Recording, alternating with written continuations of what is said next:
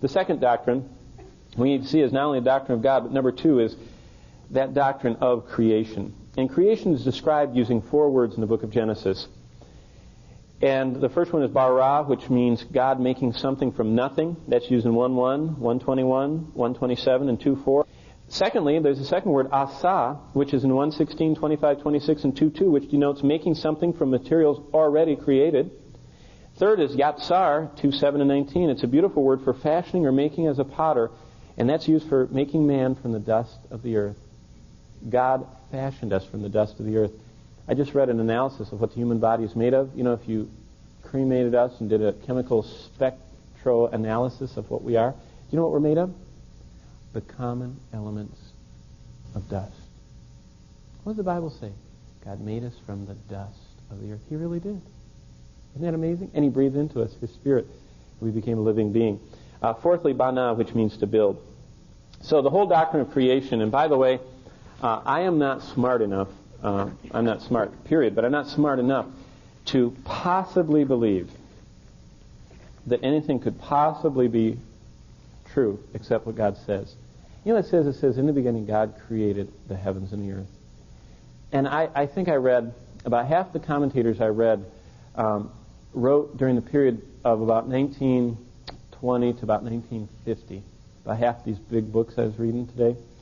And a lot of them have, in their books, caved into modern scientific thought. And they said, you know, scientists say there are all these layers and all these fossils, and so there has to be, it couldn't have happened like the Bible said. And so they're postulating. I just read one. You ever heard of Hugh Ross?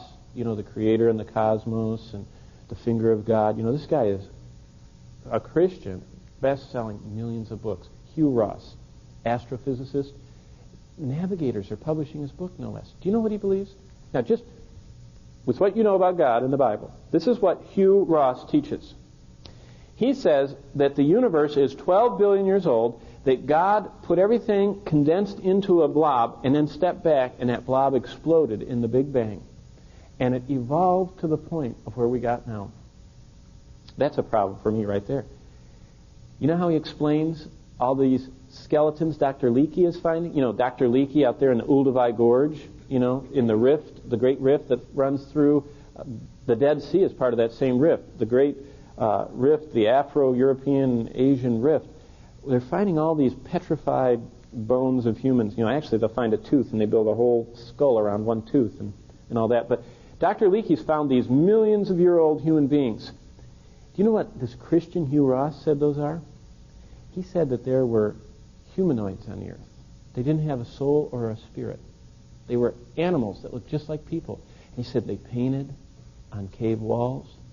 And he said they made axe heads, and they made flint arrows and knives, and they hunted the dinosaurs, and they killed each other, and they dragged the women around by their hair, and all, you know, all the stuff from Fred Flintstone. And he said, and then God destroyed all that and created Adam recently. Now wait a minute. I thought when Adam sinned, sin entered the world, and death by sin. Why were these people killing each other with knives and, you know, dragging the women around by hair if there was no sin? I would think with no sin you wouldn't do stuff, caveman stuff, right? The doctrine of creation is, if you're just simple enough to believe it, it means that this earth is not very old. That's basically what it means, and that's what the Bible says.